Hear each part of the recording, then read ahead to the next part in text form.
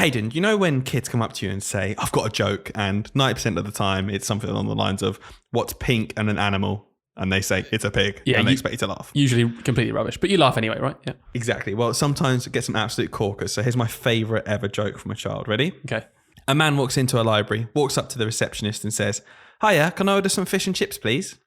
The receptionist replies, excuse me, sir, this is a library?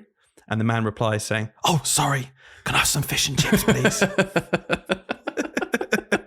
Okay, very good, very good. Right, I've got one as well. Are you ready? Why did the baker have smelly fingers? I don't know. Why did the baker have smelly fingers? Because he needed a poo.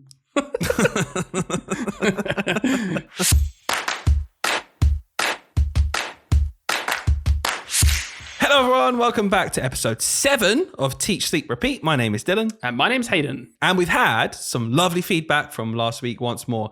And I think, Hayden, one of the running themes of everything everyone said to me this year is your story. Derfed, undurfed. Yeah, people apparently like hearing about me being an idiot. So I've actually got another one of those stories for later on. Oh, excellent. We can maybe, again, I know we've got about 15 features at this point because we introduce a new one every week. But I don't know, we could think of something along the lines of you being absolutely crazy. Just something going on about that. Yeah, that sounds good. Okay.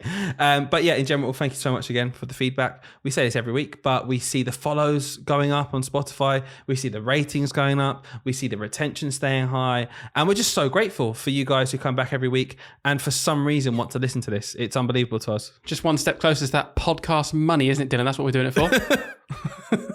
What's that? Customers? Yeah, those customers are going up. So these customers keep coming through the door.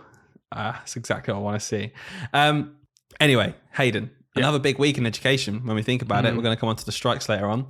But before we get there, let's just strip it back. And as always, we've condensed our weekly catch up to this podcast. So I don't really know what's gone on in your week so far. How's it been? Well, as you can tell, those of you that are listening can't see this, but I'm wearing one of those lovely hot bean bags around my neck. You might have noticed that. You don't seem to have questioned it. No, because so much about you doesn't surprise me anymore. I've known you for too long. You're just thinking he looks cool. You could turn up in anything and I think I'd be like, cool, Hayden's doing something. Well, it's very warm and it's helping my neck because my neck has been getting progressively more painful every day this week, actually, due to a horrific whiplash accident of me playing squash. Right. And by horrific accident, I mean absolutely nothing happened other than me just playing squash normally. And I'm 30 now. And apparently, when you hit, you wouldn't know, obviously being a very, very close to 30 man. I'm just a baby. Exactly. You're just a baby. You haven't experienced this yet, right? I'm in my 30s now. I get whiplash from squash. So, right.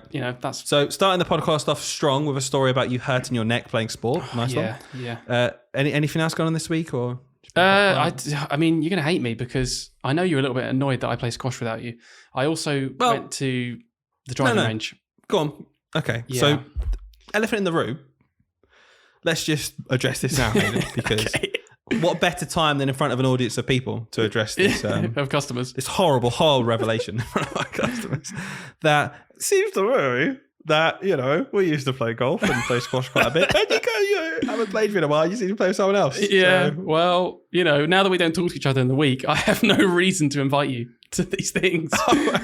No, in all seriousness, my cousin just wanted to play and we just seem to have got into a bit of a weekly routine. And that's how it starts, isn't it, ladies and gentlemen? That's how my cousin just wanted to play. Yeah. It'll be 2025 before I see you in that squash court again. Do you know what I really think happened? You got sick of losing, didn't you? Well, not really, because he's even better than you. So I'm losing even more, actually. So clearly I love losing. But I tell you what I do, where you'll never see me again, is on the golf course, because I now hate golf. After going to the driving range one time for the first time in months. Don't know what I expected. But you just think you would be good straight away. Yeah, I was just like, well, obviously sports round. Obviously, I'll just remember how to swing perfectly and, smack some balls up there. But nope, absolutely terrible. Absolutely terrible. Honestly, I don't think I hit a straight ball out of like the 100 balls I hit. So yeah, absolutely hate that game now. Terrible, terrible sport, and I don't know why you like it. Cool. Now that retention's nosedived after your 2 excellent stories, maybe the real fans can listen to how my week went. Yeah, go on. Talk about your week. Well, it was a good one. Obviously, a shorter one due to the industrial action, but again, we'll come on to that later. I did have a couple of stories this week that really did make me laugh. One of them, we were in class and we were watching a video. And there's a YouTube video, sometimes in class where you have a very short, like 1 minute YouTube video that summarizes it with visuals. And it's just a really nice starting point for your lesson. And there was a guy on there, just a cartoon kind of animation. And it was a younger looking guy in smart clothes with a beard and dark hair. So obviously straight away one of the children goes, "It's you! It looks like you!" And I was like, haha, yeah, okay. But it didn't stop there. No. The children then took that as the floodgates opened, basically. And they started shouting out and telling me exactly all the people who I look like. Oh no, right? That's a recipe for disaster. Yeah, exactly. So I was sat there. So they go, you look like that guy. And this one says, no, he doesn't. And I actually wrote them down because I thought to myself, okay, I'm taking this. Yeah, so here's the list. This is 100% genuine this week. The list of things or people, I say things for a reason, that the children have said that I look like, okay? Yeah. The first one, the boy from Scooby-Doo. Which boy I said? Just the boy who's with Shaggy, apparently. Yeah, Shaggy. Okay, the beard. Yeah. No, next one, that guy from the telly. That guy? Good. Yeah. Could be. Yeah, could be. A big bird. What? Hair, feathers. A big bird. A bit. Ooh. Okay. Yeah, gorilla. Ah, that one. Take that. That's fair enough. Fair play. Yeah. My dad. As in the child said, you look like my dad. Yeah. Okay. Cool, no problem. And the one that really made me laugh, I don't because it just came out of nowhere. This kid just sat at the front going, "Nah, you look like Wreck-It Ralph." Oh my God, you do. What? What are you on about? You No, look I like don't. Wreck-It Ralph. No. You do. You've got like the posture. Yeah. Have you seen Wreck-It Ralph? Get a picture up. Yes. You look like Wreck-It Ralph. That kid. I hope you gave that kid some like team points or something. Okay. Well, we know what's going on the Instagram today, don't we? Yeah. We'll do a vote. Okay. All right. Does he look like Wreck-It Ralph? You do. Well, it's good to know because I heard that and I thought, what are you talking about? And I wrote that down thinking that'd be the most controversial one. Yeah. Because I look nothing like him. Well, we'll see about that. I don't know. There's something there. Okay. I think it's the shoulders. I don't know. Fair enough. All right. Just be self-conscious. Hugely broad. Yeah, it's not a bad thing. You look like you wreck stuff. You look like if you'd walk around and wreck stuff. Bit of a thug. Yeah. Maybe. Yeah. Look like a bit like a Ralph. Stop trying to make me feel good by just saying the breaking down each part of his name. Yeah. It's a good thing. You wreck stuff.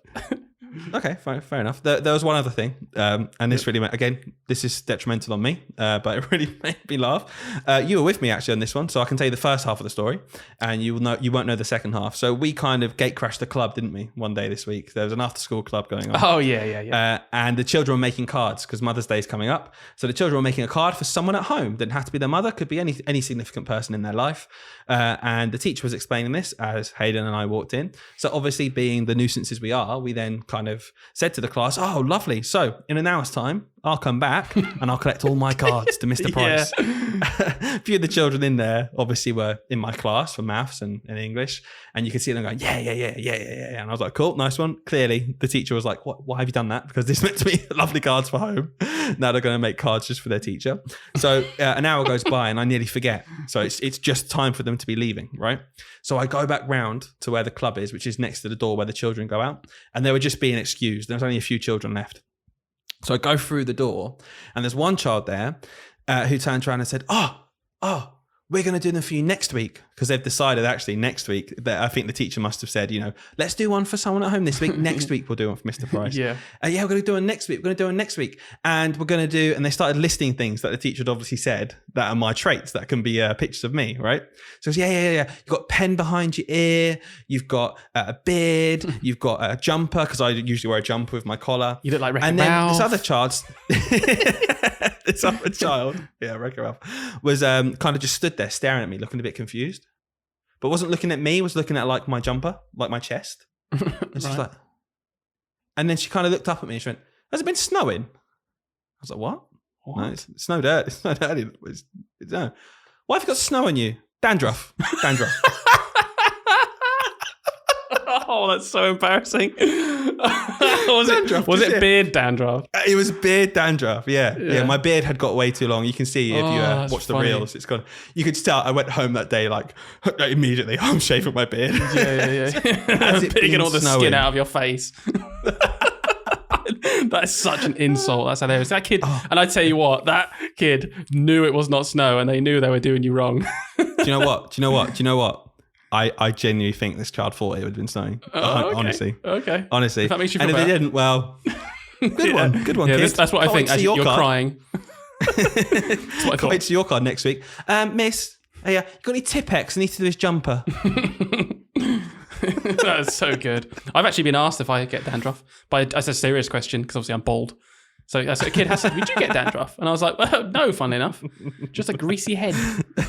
Yes, actually, I do shampoo my Head and Shoulders. I do. Perfect. I do. I do No, do you use Head and Shoulders. I you do. don't. You know this. I'm sure I've told you this. No. I use Head and Shoulders every day, every morning. Obviously, I shower don't- every morning. I'm a what? morning person. What? Yeah. Why? Come on, I want you to work it out because the kids always ask me this, and they're like, "What? Why?" And I think the explanation is fairly logical. Here's me thinking, don't have hair, logic's gone. So what's the... Okay, so obviously I wash as normal, like with soap and all that. But when it comes to my course. head, I just I still get greasy. Like when you get greasy hair, right? The Right. grease still happens. It just goes all over my scalp. So I use Head and Shoulders. In this soap would be fine, but I'm just I'm convinced that it says Head and Shoulders. It says head on it, so that one goes. it says head and shoulders, so I do my shoulders as well. Is that what you're going to tell me? Yeah, well, you could hairy shoulders, but I have to. I get the grease off. I'm not washing my hair, but I'm still washing my head. Do you remember that time where we worked out that between you and I, we have exactly enough hair for two people? Yeah, But it's just all on me. we average out to the right amount of hair. Okay, this is getting weird. Talk about hair now on our bodies. Well, we're going too far. It's 7 episodes in, right? These guys don't want to hear about our hair. The customers need to know all about us before they go on to purchase the podcast. The merchandise of Wreck-It Ralph t-shirts. So before we move on, there was that's going to stick now, isn't it? You're gonna love that. Yeah. There's one other thing we wanted to talk about this week, which is both of us actually. So we're not telling each other how this went because we were there in the room. And as I think we may have mentioned before on this podcast, I can't remember.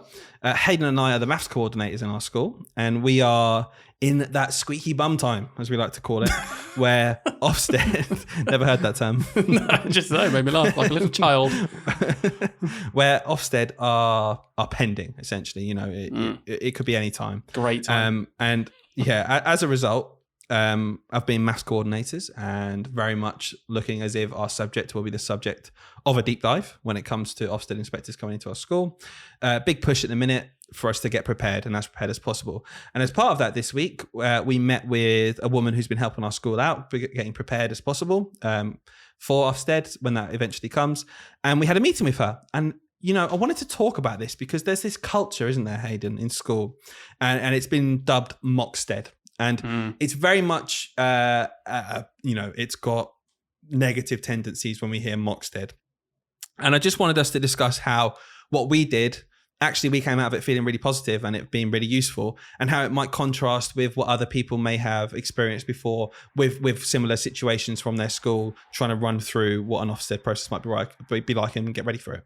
So my natural instinct when I hear Mocksted is, oh, don't do that. And if we did a Mocksted, I'd be like, really? Oh, are we doing a Mocksted? So in your opinion, what do you think of when you think of Mocksted? Because I've got a very clear idea in mind. Yeah, so when I think of Mocksted, I think of the whole shebang. Like, you are going to tell your teachers that for the next 2 days or however long an Ofsted inspection might be for your school, we're going to spend that amount of time pretending wholeheartedly as a school that those Ofsted inspectors are walking around. It just happens to be me, the head teacher and someone else. And we're going to walk around and we're going to Mocksted you. So we're going to come into your lessons. We're going to observe you. We're going to talk to all the subject leaders. We're going to basically give you a report and we're going to try to be Ofsted, right? To give you guys practice of what it's like to have Ofsted coming around. That's what I think of as a Mocksted, the whole shebang. We have to prepare, right? And I think every subject leader will say that being prepared makes them feel more confident, makes them feel more ready when the time comes. So there is a balancing act to do, isn't there? As leadership in a school, where you want your staff to be ready and have gone through the mill, as so to say, but the pressure of a Mocksted, it's not necessarily helpful. And what we found was the way our school have done it, and especially from our point of view, was really, really positive, because what it was essentially was we were questioned as if we were maybe in a meeting with Ofsted, but it was way more informal. It wasn't a whole day. It was a chunk of the afternoon, and it wasn't, here are the questions, answer me. I'm not going to give anything. I'm not going to budge. No penalising. It was, exactly. It was, here are the questions. Tell me what you think you might say. Here are some ideas about what else you could do. and kind of moving on from there. So from our point of view, having that kind of middle ground, we thought was really positive, didn't we? And even just like the things to show. Sometimes it wasn't in that we gave a wrong answer. It was more like that was really cool, but like make sure you just show these documents when you're talking about them. Make sure you have this up and that up, because then they can see these certain things. And it was just a few things we'd overlooked, and like we had those documents. We just didn't think of having them right there with us at that time. And we're like, oh yeah, of course that would make sense. So it was really helpful for us. But yeah, I don't know. I can imagine. I know us, and we're really passionate about maths as well in that role. I can still imagine though, for a lot of other people, whether it's just their personality or because the subject's completely different, maybe they're not as passionate, because at the end of the day, most subject leaders are kind of just thrown into it at primary schools. It's like, oh, hey, on top of your teaching job, by the way, you've got to do this. You just have to, because everyone does apparently. So I can imagine for some people, even that experience that we had, which we found quite positive, probably because we were really prepared and we're passionate anyway, I imagine other people would still find that really stressful. But I don't know. I thought overall for us, it was the best version of what you could sort of class as a mock stead, I guess. It wasn't a proper mock stead, but if we're going to do it, that's the way I'd do it. Just a little informal meeting with someone who's there to help, ask you some questions, help you get prepared. Not 2 days of walking around making you feel on edge, And I think what was really good was that this woman was fantastic. The questions were perfect, but she was external, and it was that idea of still, this is a stranger. This isn't the head. This isn't the assistant head that we talk to on a regular basis and liaise with. This was someone from the outside coming in saying, oh, actually, this is what they're going to ask you, and you need to convince me. There's no, I kind of know this already, where we can skip over some stuff. We had to really convince her as if she was an outsider. And I want to jump on what you just said about subject leadership, because it is really, really interesting. And I'll be interested to know, any teachers listening, if you lead a subject or not, and what subject it is. Because like you said, there's this big thing with schools where it is kind of a big rule in many schools that you just lead a subject, where every single person has to lead one of the subjects. Because if you think we need an art leader, a DT leader, geography, history, science, RE, English, it could be writing, could be reading, maths. Yeah. It's almost endless, and you can share out these leadership roles between the whole staff. But there's a discrepancy even there between Ofsted moving towards a more wholesome approach, not just looking at data of maths and English, but actually looking at your curriculum and the wider kind of depth of curriculum that your children are getting and their retention of that knowledge, without actually that being transferred, that same sort of progress into that becoming way more important, hasn't kind of translated into leadership and getting TLR and extra pay. So you get kind of this dichotomy sometimes of huge amounts of work from history coordinators, for example, ripping up the curriculum because it's going to be a huge focus for Ofsted. Putting into our history coordinator has done, I can't put into words how many hours of work, transforming this curriculum, making it really clear for us so that if Ofsted came in, we'd be saying the same thing as them. Our children are get a really good curriculum that matches the skill set needed, the vocabulary needed. Huge amount of work, but no extra pay, no TLR. Whereas as maths leads, we share a TLR because maths is maths, English is English. They get TLRs, but it's just a bit of a, it doesn't match up at the minute, does it? Yeah, I mean, for those that are listening that maybe aren't in schools or not in those sorts of roles, just to make that really clear, there are some subject leaders in schools who are in the core subjects, as we call them, which is maths and English and technically science as well. But the core subjects, maths and English, come with extra pay. So if you lead those subjects, you are subject to a TLR, which is a teaching and learning responsibility, I think it's called. Yeah. It's just a bit of extra money across the year to lead those subjects. But like you said, the kind of culture has changed a lot over the years, and Ofsted were equally interested in these other subjects. And the idea was, you get paid because these are like the main subjects. Ofsted are always going to hone in on these.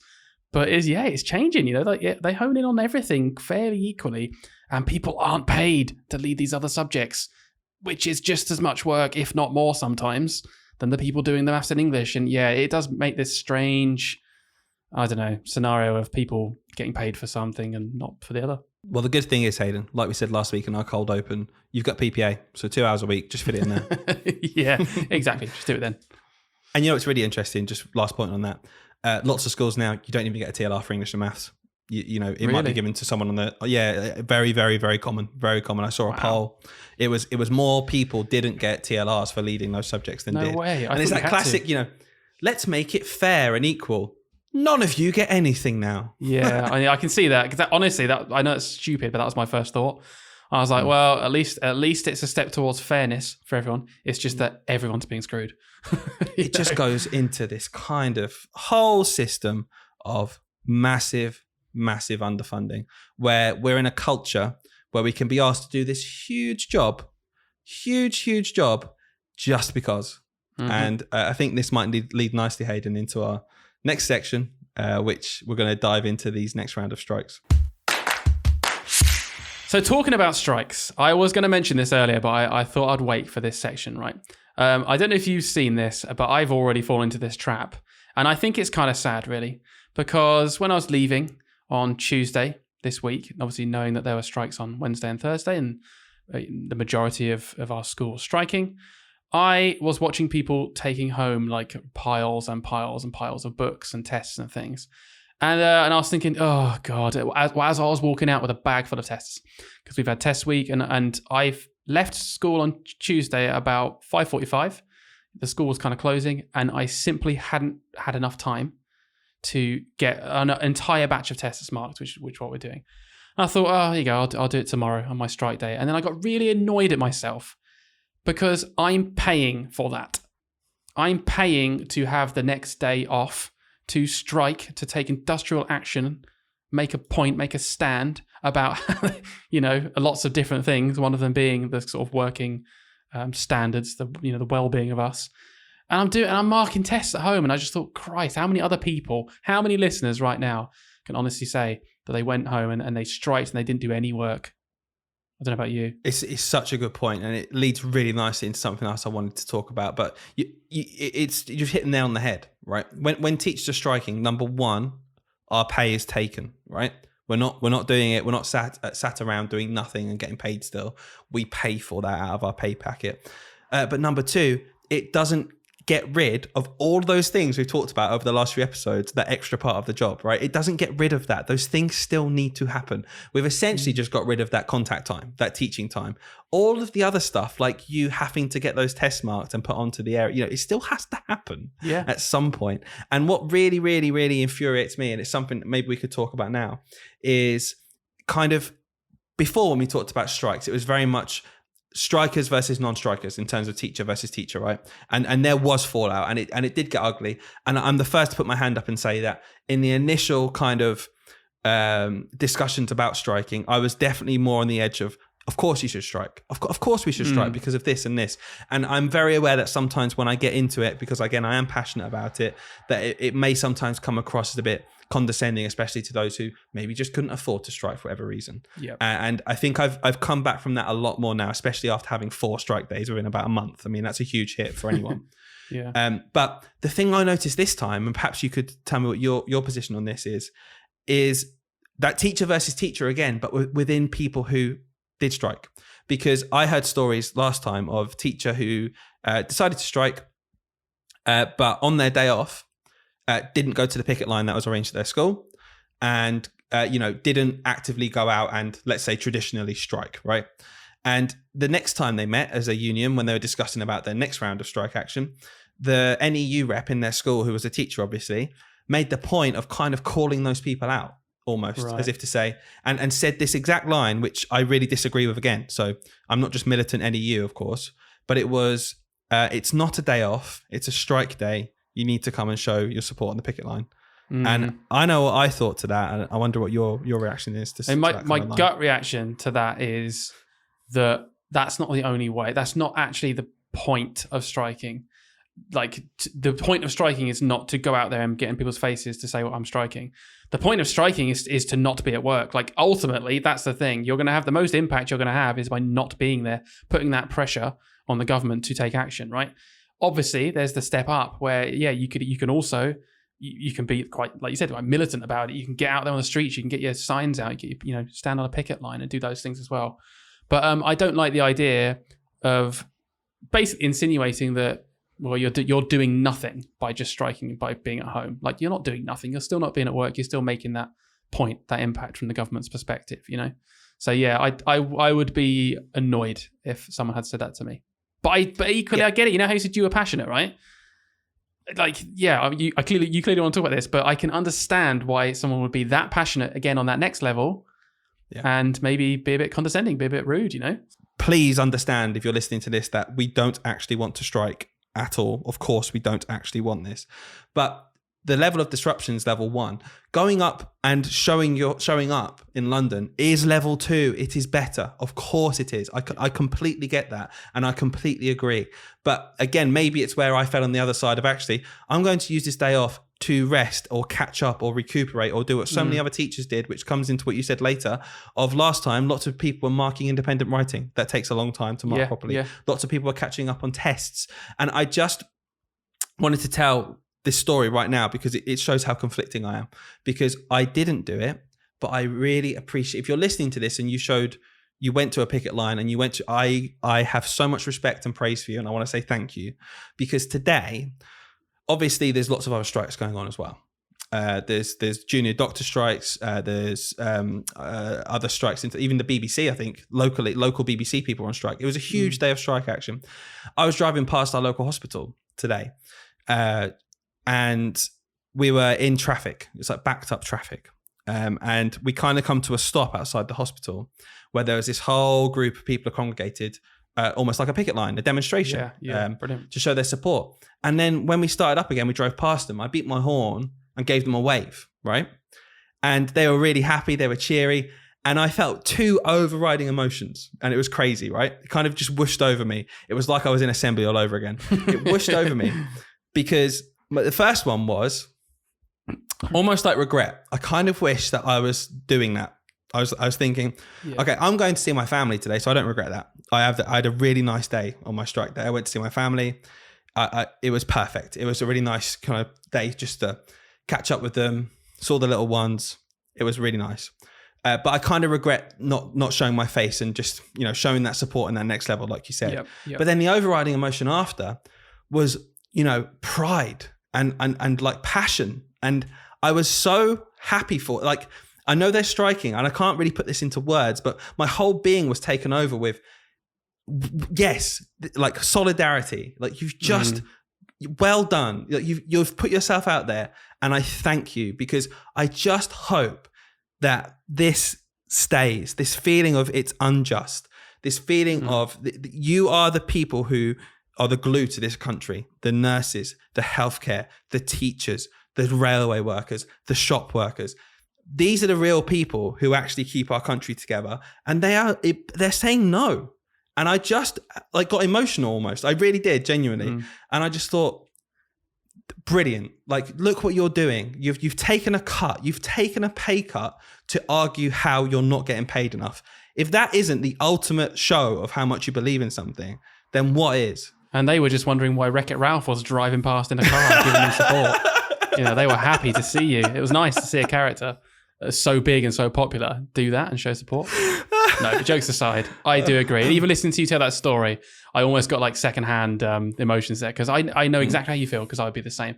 And I'm a little bit disappointed in myself for not being, one of those picket lines or those rallies. And I know there's still time. We can do it another day. But yeah, equally, just like I sat around, I marked tests. I got ahead and I spoke to so many people that were like, oh, thank God I can get some work done so that I can have a weekend for once. Like, what a sad state of affairs. And it just highlights again, it's like, yes, this is a huge reason to strike. The working conditions of teachers is ridiculous. It's stupid. Yeah, and I think the point I want to make now moving forward is that kind of pride, and just so glad that these people feel like they can come together to make this point. And it's just met with a brick wall. And it really frustrates me because, especially in England, where education is devolved in terms of, Scotland and Wales have certain powers, even though they're part of the British government. There's certain powers that are handed over to Scottish MPs and Welsh MPs for them to have their own budgets and sort their own things out, right? Yep. And in Scotland and Wales, education is one of them. So they're in charge of their own curriculum. They're in charge of their own funding. That's why tuition fees in Scotland are free, because the government have chosen to take that step because they're in charge of that for Scotland. So in Scotland and in Wales, they've had pay offers, right? They've had pay offers come in so that they can kind of decide for themselves whether they want to accept that or not. And that was without the strikes being called off. Okay. So Scotland voted, I believe, to reject them.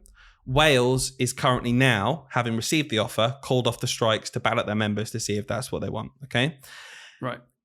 Keegan is the education secretary. She penned an open letter to parents. Okay.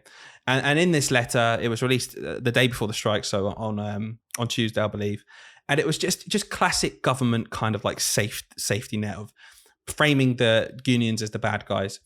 And it was just along the lines of, we don't want this disruption to happen. We've offered this olive branch to the NEU. We've said if they just call off the strikes, we'll sit around the table and have discussions. So, trying to shift the blame basically and saying the NEU are obsessed with striking. I've got two things to say to this, okay? Number one, we are the NEU. The teachers are the NEU. They have this really, really hard line of trying to characterize the union so they don't have to characterize the teachers and just outright and get mauled. True. We are the NEU. We vote. We represent it. What do you think we are? Like the people at the top of the NEU ballot us at this really high threshold that the government set that they never thought we'd get to. We got there because we, the teachers, voted for that. So every time they say the NEU are obsessed with striking, we can see straight through that. We know what you're saying. And the second thing I want to say to that is, what are you talking about? Call off the strikes and then we'll have a discussion. No. What do you mean? We're striking for a better pay deal. We're not striking to have a chat. We're not striking to have a little chin wag around the table in which you'll just say no and get rid of the strikes and not give us anything. Scotland managed to do it. Wales managed to do it. In 2011, when there was a pensions debacle with teachers and they were negotiating with the government, all those negotiations happened whilst industrial action was on the way. There was never she's changed the goalpost suddenly and tried to shift it onto, you stop striking and we'll talk about it.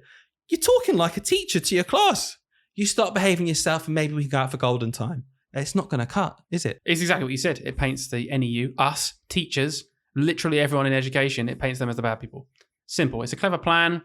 And it will, a lot of people will fall into it. It's just the way it works in the country. A lot of people will be like, the teachers are scum. They really want us. They really want to strike. They're just doing it because they love striking.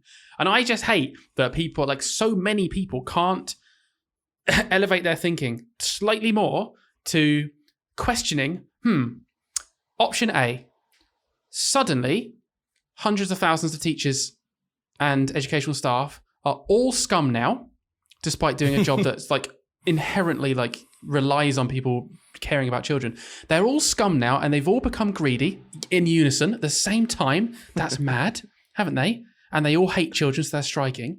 Or maybe hundreds of thousands of people collectively have had enough because the government are wrong. They're in the wrong. Maybe that's why. It's like, which one is it? Oh, well, Keegan said it was the unions. They love striking. So hundreds of thousands of teachers, all scum, all greedy now. Well, they weren't last year or for the last 12 years, but they're greedy now. You know why they're correct though? Because actually, I checked it in the Daily Mail, so lazy. yeah, and actually, it's impartial, even though all of it is owned by Tories. It doesn't matter because it's truth. It's fine because Boris Johnson has, offered up the head of the. It's all fine. It's all fine because it's fine because the BBC has a left wing bias, obviously. So everything else, but ignore the fact that it's ran by a Tory donor. The media is completely impartial, and teachers are obviously they're just lazy. We had that last week. It's just weird, isn't it? That it must have been maybe like a few years ago. It's just this massive greedy wave, all these greedy people trained to be teachers at the same time. And they all said, what we'll do? In a few years' time, we're all going to decide to be a bit more greedy at the exact same time. Yeah. And we'll just hold the country to ransom and we'll strike because we love it, not because we could go to those meetings and get rejected an offer, or we love striking so much we're just going to make it horrendous for the country, and we're going to keep doing it because we're greedy now. 100%. And do you know what really grinds my gears and really gets me up about this, actually, Hayden, is that we clapped all these guys. Was that not enough? Yeah. Excuse me. Oh, do you know what? That's probably it, isn't it? The teachers want to clap. The NHS got all the clapping, didn't they? Excuse me. inflation's really high, and because of your incompetent leader who was around for 40 days, my mortgage is about to go up by £400 a month, and food has doubled, and I'm just really struggling to get by. And I was just wondering if maybe we could have some kind of increase in our pay that kept us up with inflation. You're lazy. Right, it's time to move on to our little end of episode sections. I absolutely love these. Before we get in, we've got some toxic stories this week. Back to that one. Really looking forward to that. Oh, yeah. Hayden's got them for us. I've not heard these, so I'm kind of looking forward to it and half excited to get a bit annoyed. You know, that feeling sometimes where, you quite like getting a bit riled up. But before we do, I want to say a huge thank you to everyone who's been following us on social media. We've started to be posting reels of these podcasts. So if you want to find those, get over to our Instagram, Teach, Sleep, Repeat Podcast. Just search us, give us a follow.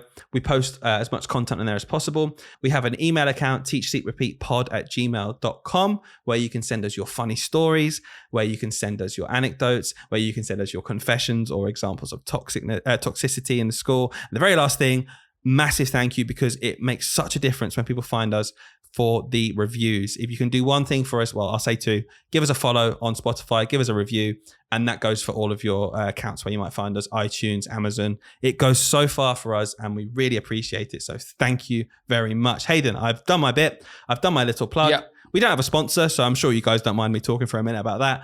Do you want to tell me now what's got you riled up this week?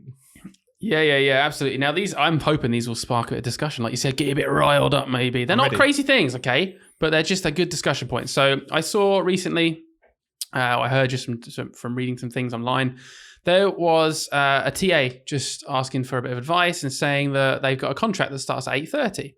And this is really important because for that person, they have to start at 8:30 because of their own childcare like routine in the morning, okay? So that was like a really important part of their contract. But they're now being reprimanded by the school they work for, and they're in quite a lot of trouble because they get there 8:30. And they're saying, you need to be in the school here at 8:20 so that you can prep, you can be ready to start, doing whatever you need to be doing at 8:30. And this person's saying, the whole point of my contract starting at 8:30 was because that's like the earliest time I can be here, because of my. So it's had a knock-on effect to their childcare routine in the morning, because they have to be ready 10 minutes before they start. And the school has made it very explicit that those 10 minutes won't be paid. They said your pay starts at 8:30, and they were asking for advice. And I just thought it was really interesting. I thought, I don't know whether you think this is toxic or not. I thought it would be a good discussion point. A couple of things come to mind straight away. I'll say the first thing because it's really quick and really easy. TAs are gold dust and angels, and I love them. And I'm very aware, very sentimental this podcast, but it's true. And I don't think we say it enough here and get it across how much we just appreciate them so much. They are the literal glue to so many schools, aren't they? Because they are just the people who get things done for you. And they're teachers in their own right. They're kind of, those figures of, you can put your, that shoulder to cry on, so to say. You can go with them with your problems. Support. They listen, they support. They're just the best people in the world. And so many of my favorite colleagues ever have been those TAs, especially at the start of my career. At the start of my career, teachers are busy, nonstop. TAs are just as busy, but they just always find time to listen to you, I find. And, just so first thing, we appreciate you. Absolutely. Second thing, on the story, it's an interesting one. Because for me, there's one thing that came to mind, but something that kind of changes it in this situation for me. So the first thing that came to my mind is when I was at university and at sixth form, I worked at Asda. And my contract was 5 till 9 on a Friday and 12 till 8 on a Saturday. So I did 12 hours a week whilst I was at sixth form, just some pocket money to save up, run my car when I passed my test. And when my shift started at 4, and it was just expected, and it was kind of taken as just the fact that I clock in before 4. So that I can go onto the shop floor. I can start work at 4 because I'm there to start work. Now that means I arrived at Asda at 3:45 or 10 to 4, right?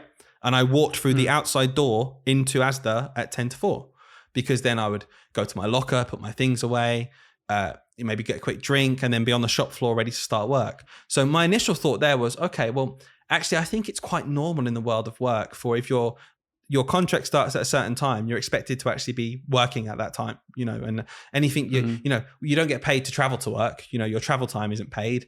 And in the same way as your prep time before doesn't get paid. Walking through the doors. Yeah, exactly. Now, the thing that's slightly different in this situation is it sounds as if this was a discussion that was already had, that, I need to have this time because of X, Y, Z. And if that kind of was, maybe it was a miscommunication at the time, or maybe it's just something that they've overlooked and now they're saying, no, you need to be here. That's going to have a really detrimental effect. It sounds to me as if this person isn't just, they're not just dossing off and saying, oh no, I come here at this time. They've got child support. So surely I think in any sane mind, if that happened at my school, I'd have a sit down and say, okay, how can we solve this problem then? Because you've got to do this and that, rather than being reprimanded and kind of threatened almost. I reckon the school probably, or just having the similar sort of opinion to what you had there of like, well, we're paying you from 8:30, so you need to be like working from on the dot, from 8:30. So you need to get here in reasonable time to start that job at 8:30.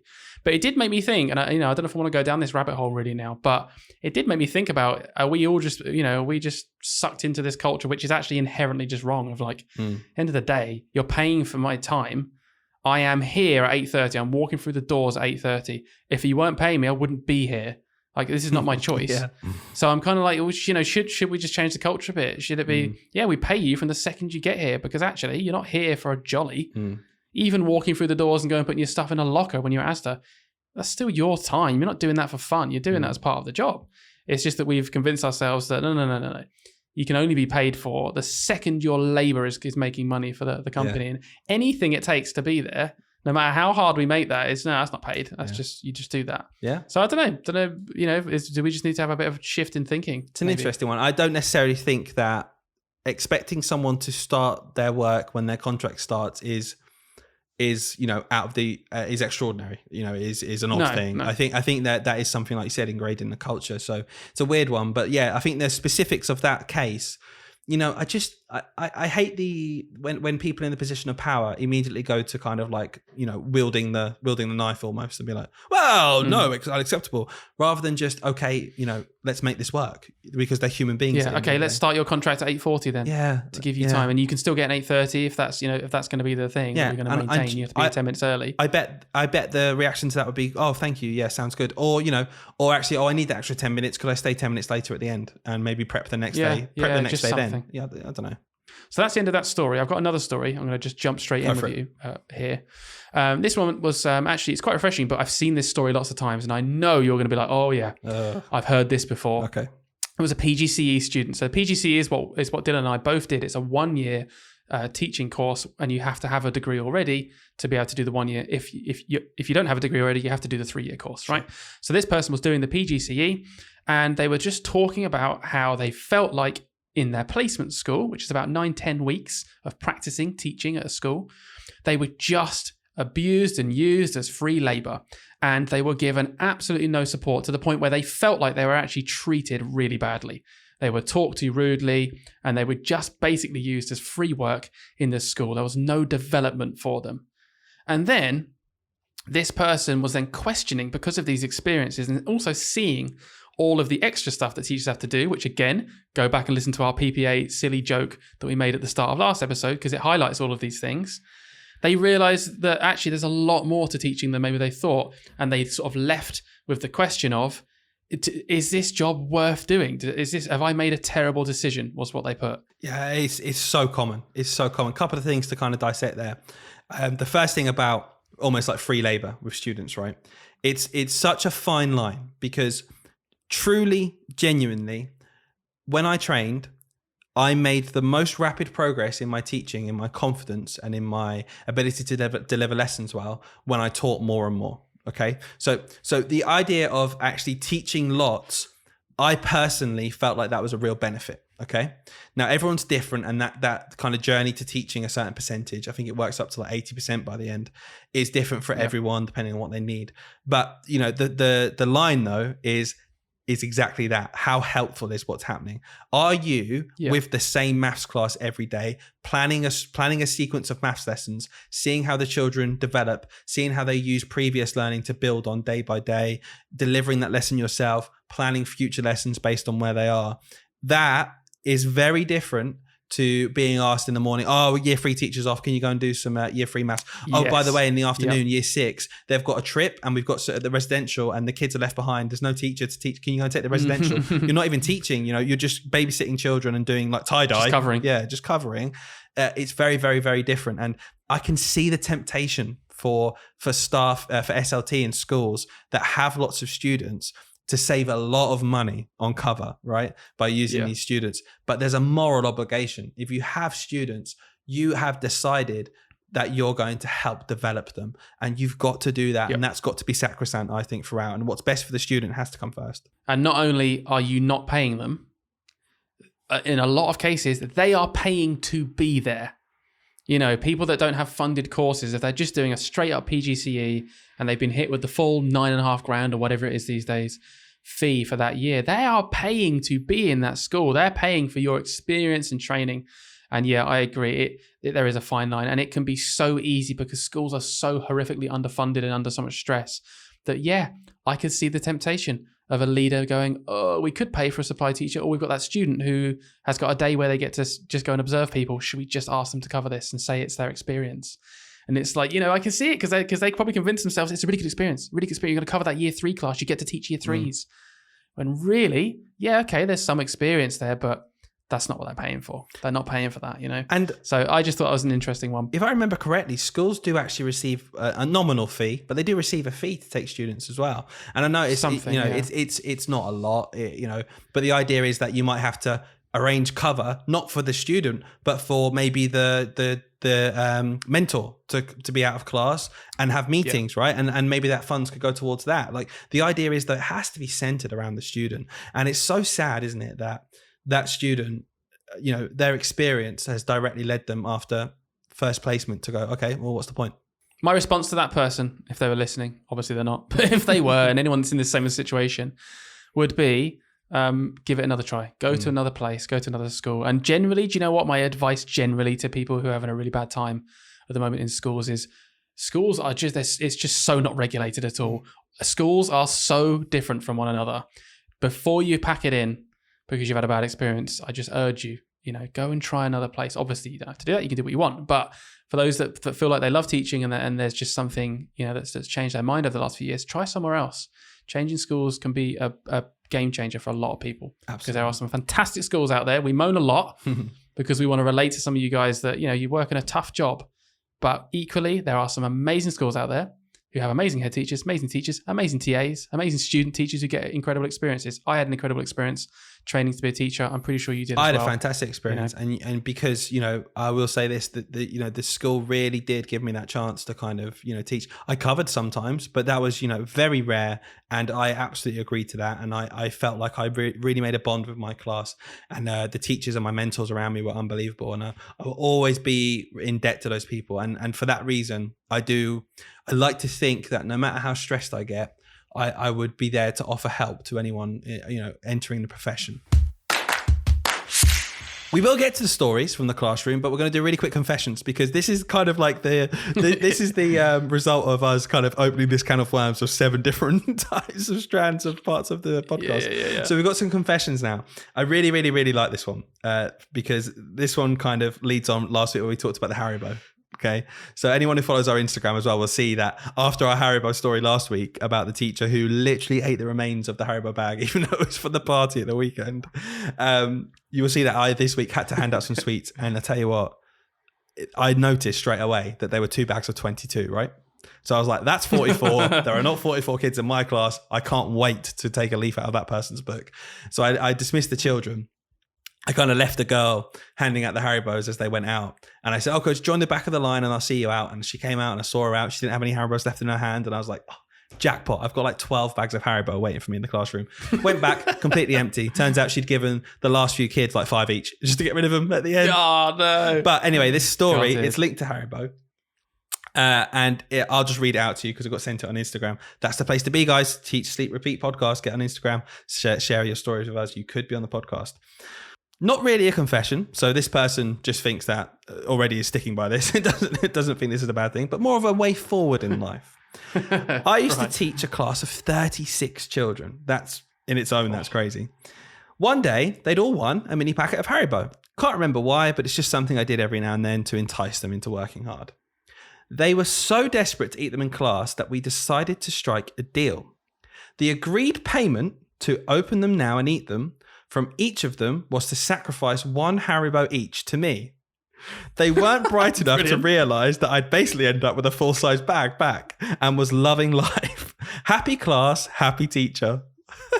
That's clever. And also way more. You're getting way more out of that deal. How many did you get in a mini bag? Like, honestly, like 8? It's like 10. Yeah. 10, 8, 10. Yeah, like, it's not many. Absolutely brilliant. 36 back. And then that way, everyone's happy. You know, they're happy. I call that Haribo socialism, you know? Everyone pays I was about to say, it's like this teacher's, just rooting socialism into the class there. But where the That's 1% so funny. still manage to thrive and the teacher's there just with a horde of them.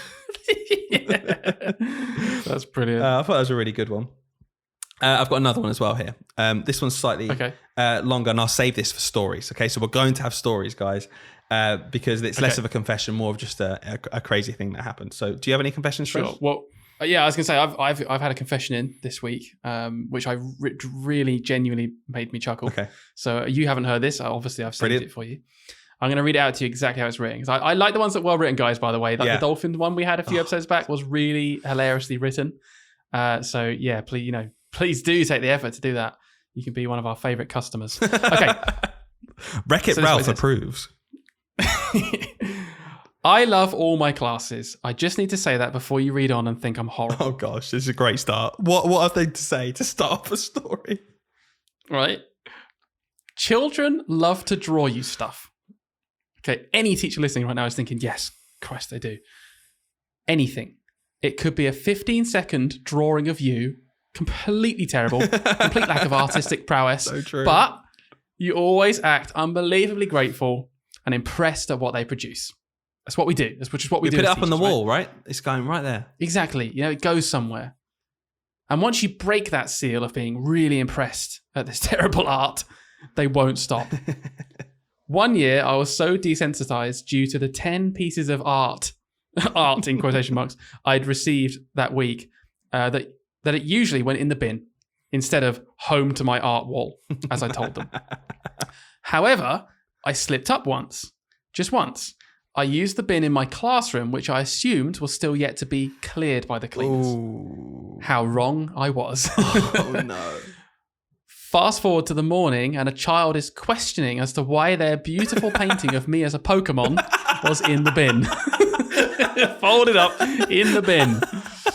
I had to think fast, and I, of course, blamed it on the cleaners. Got away with it this time. Oh my goodness, that's so true. I've had this before, right? I've got a teacher who I kind of share a door with, right? The other side of my door, it's a weird layout. The other side of my door is another classroom. And multiple times she's come in and said, "Oh, can I just use your bin?" And I at first was like, "What are you on about? Can you use my bin?" Yeah, do.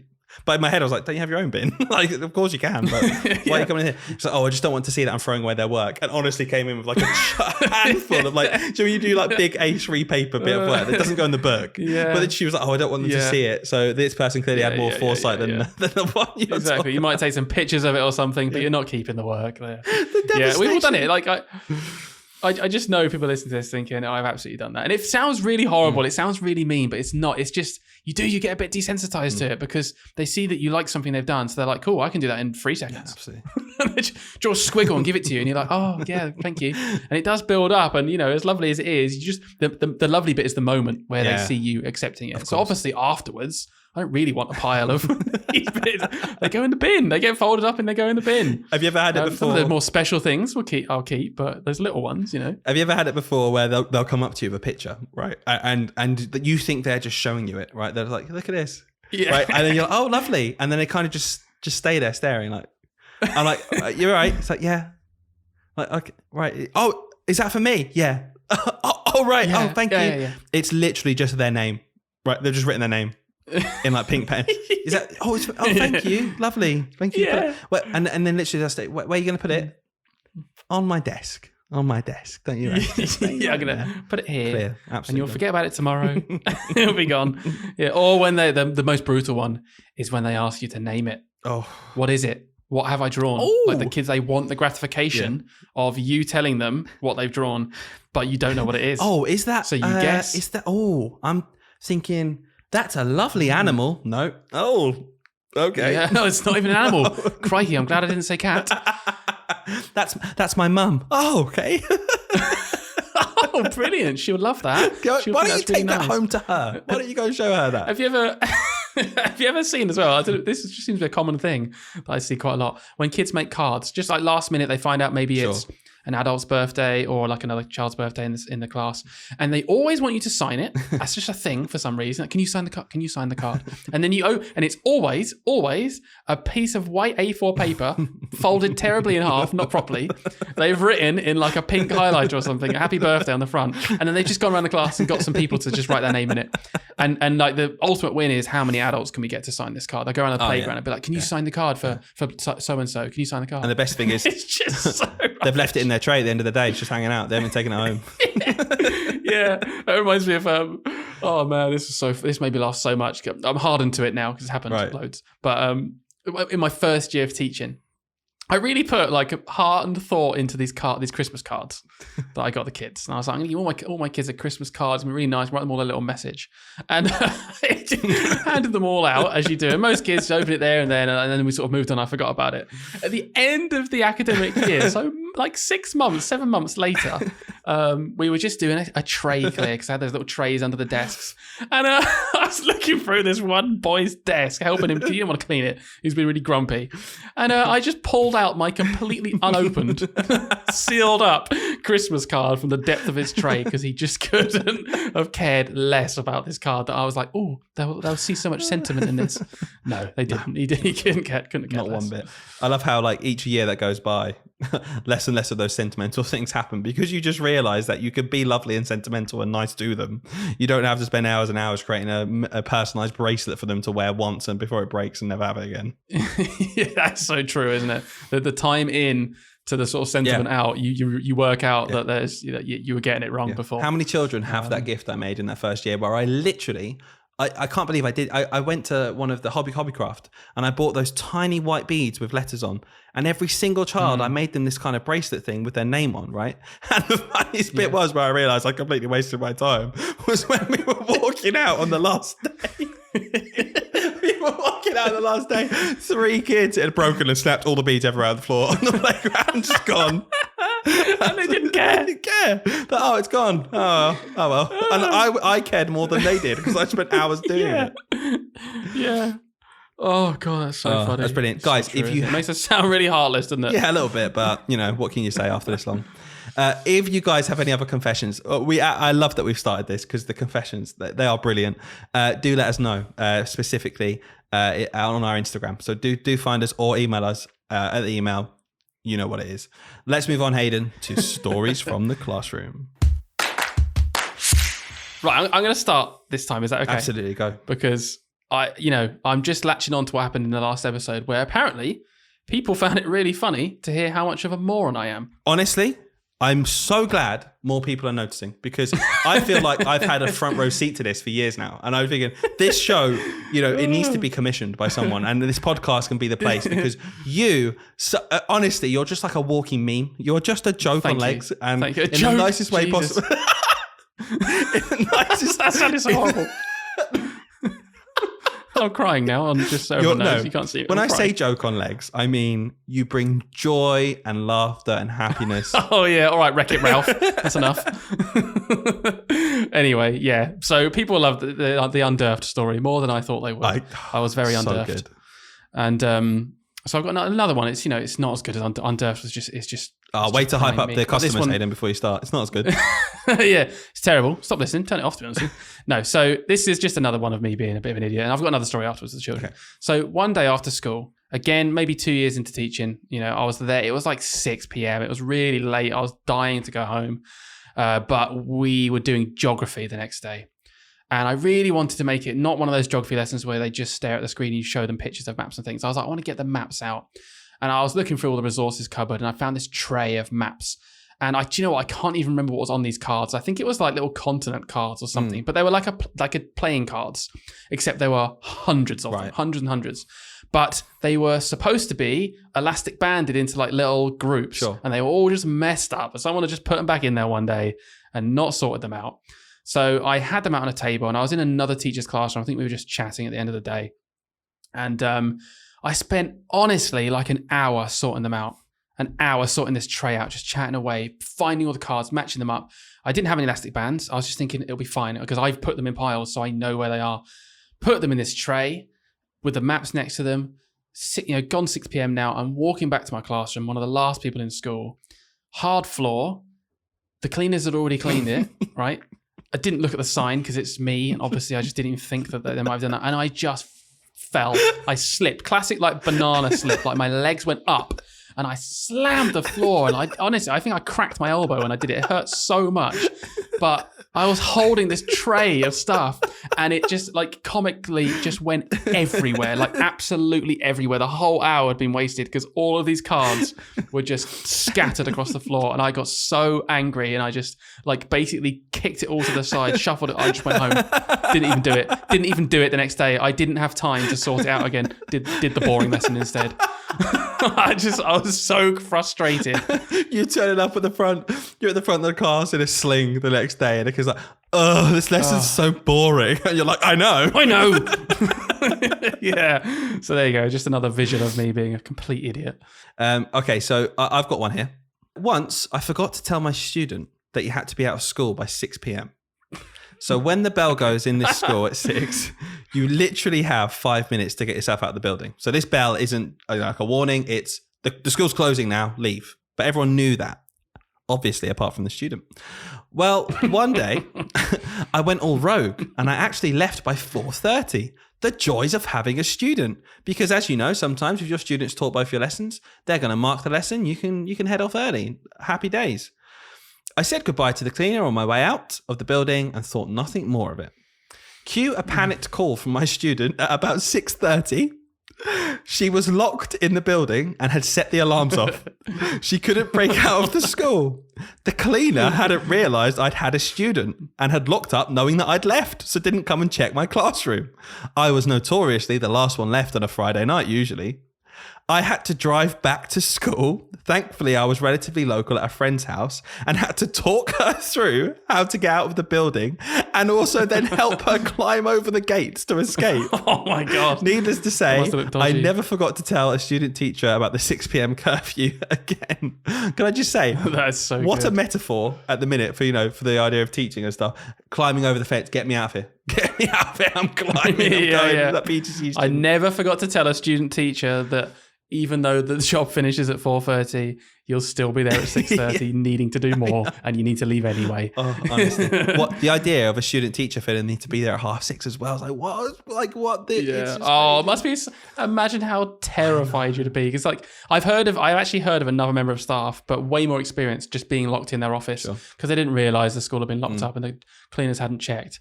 But they weren't too worried about it. They were like, "I'll just give them a ring and be like, look, I'm locked in. You need to come and let me back out." But being a student teacher, you're trying to make a good impression. I would have been. Oh man, I just wouldn't. I've also heard this story about a relatively experienced teacher got locked in a toilet once. That was it. So yeah, I remember that happening. I vaguely remember being there actually and laughing and filming that person. Oh, it was. It's me. Okay, so you've got a story for us, Hayden? Yeah, I've got another little one. Okay, so this is actually a story from me. Okay. This is not written in. This is just something I remembered, and it's about a boy that was in my class many years ago. He was so charismatic. This kid, right. Like genuinely, it still brings me joy to think of this kid because he was just had so much life and brought so much joy to the classroom. Right.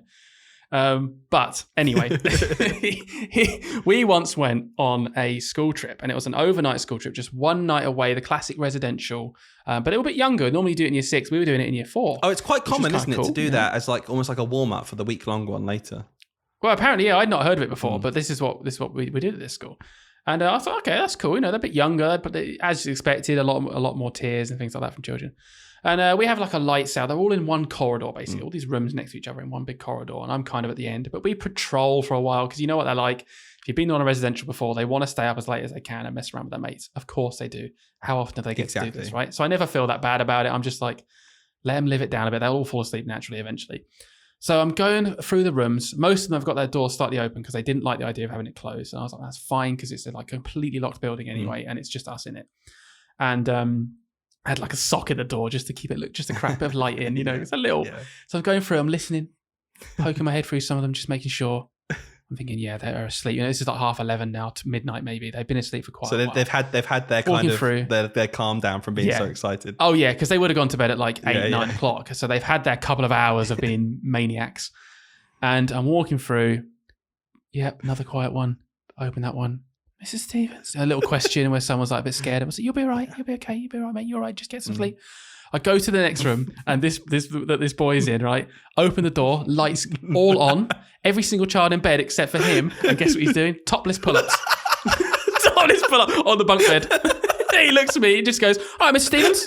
It's 11:30. The other kids are like upset with him because they're trying to sleep now. They've had their fun, and he's doing pull-ups. He didn't even know I was coming. He was doing that because he wanted to do it. Oh, it just made it. And I obviously had to tell him to stop, but in my head, I was laughing so much at this, and I couldn't even tell him. The off. idea, like, how many children, smiling. knowing they're being caught, doing that would kind of like jump into bed and like pretend. Like, yeah. Got mate. He was smug. He knew damn well that I'd find it funny. He knew it. He all his exes were in one basket there. He knew there's no way I'd be able to not be amused at this. Oh, he got away with it. And he was right. Yeah. It was funny. Yeah, it was right. Oh. This same kid, by the way, I wasn't talking about him just because he's a legend, and I'm just thinking about him now. This same kid was also, he is confident, as you can probably tell from that story, right? And when we used to leave the classroom, we'd have to just walk through like the playground, right, of the school. And classic playground, there's like benches. There's standard benches, just picnic benches. 2 benches on one side and a big table in the middle, all connected. And we'd walk past them, and he'd always, and I tell him not to every single time, he'd jump up onto the bench bit where you sit, kind of run across it and jump off the other end. It's fun, you know. There's a year 4 kid. It's fun. I'm not that annoyed about it. I just don't want him to make me look like an idiot in front of all the parents. Yeah, or hurt himself. Exactly that, and that's obviously the one I went with. I said, "Don't do that. You're going to hurt yourself. You know, if you trip off that, you're going to fall off a higher height. You're going to hurt yourself." Classic teacher talk. No, kids don't care. Yeah. Don't rock on your chair. So I don't care. You might fall off and break your neck. No, I won't. They'll do it anyway. You know. So he didn't listen to me.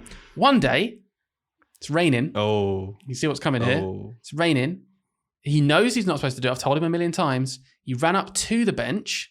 But as he went to jump onto it, he slipped. His leg went out from front of him, and he broke his nose on the actual bench bit. He literally broke his nose. Oh my goodness! Because he had to go to hospital afterwards. He broke his nose. And this is going to sound so horrible, but part of me was like, there was a lesson there, and you learned that lesson the hard way. Well, you know, obviously I checked he was all right, but so he stopped. Right? There was a lesson. He never did that again. No. Here's the best bit. I'm not even joking. I'm not exaggerating. Right? He was in the next day. Or maybe the day after. Yeah, he might have had one day. Actually, he had one day at the hospital. He was in the first day he's back. I swear to God, he did it again immediately. And I turned around. I gave him that look of like he knew I was saying, "Are you joking?" After you're seriously doing that again? Fearless. Probably went home, did pull-ups that night. In his bed, you know, just working out his nose, making sure it was all right. It'll be fine. You know, I'm going to show that bench. He's doing parkour across it the next day. I love the idea that you had that thought when it happened. Like, horrible. I'm making sure he's fine, but you know, at least he's never going to do it again. At least he won't do it. At least there's a less. Nope. Yeah. I was like, he's not seriously harmed, and do you know what? He's that kind of. He's confident. He's cocky. Sometimes people just need to learn in their own mistakes. Sure. I was like, yeah, do you know what? That's a good life lesson for him there. You know, he's not severely injured. Yeah. Good life lesson. There, he won't do that again. Immediately. Doesn't care. Right, another bumper episode. I actually really enjoyed these longer form ones because we can just sit and talk, see where the conversation goes, and you guys seem to be enjoying it. So again, let us know. I mean, we've recorded a lot, so let's see what this comes out as, Hayden. Anything else before we finish? Oh, actually, this might be the time. I don't know if this is a too long episode, but we could finally tell this pretty story. I've had a lot of messages. No, Hayden, you've cut out. Oh, you right? You can't. We'll finish it there then. Oh, can you not hear me? We'll just finish it there. Sorry, I don't know if Hayden's there, guys. But we've got no time left at all. Thank you for tuning in. Give us a follow. Give us a rating on Spotify. Follow us on Instagram. And that's a shame because I'm pretty sure Hayden was about to tell the pitch stick. Oh well, we'll try again next time. And if Hayden's here, I'm sure he'll say bye as well. So see you next time, guys. Yeah, see you guys. Not that you can hear me.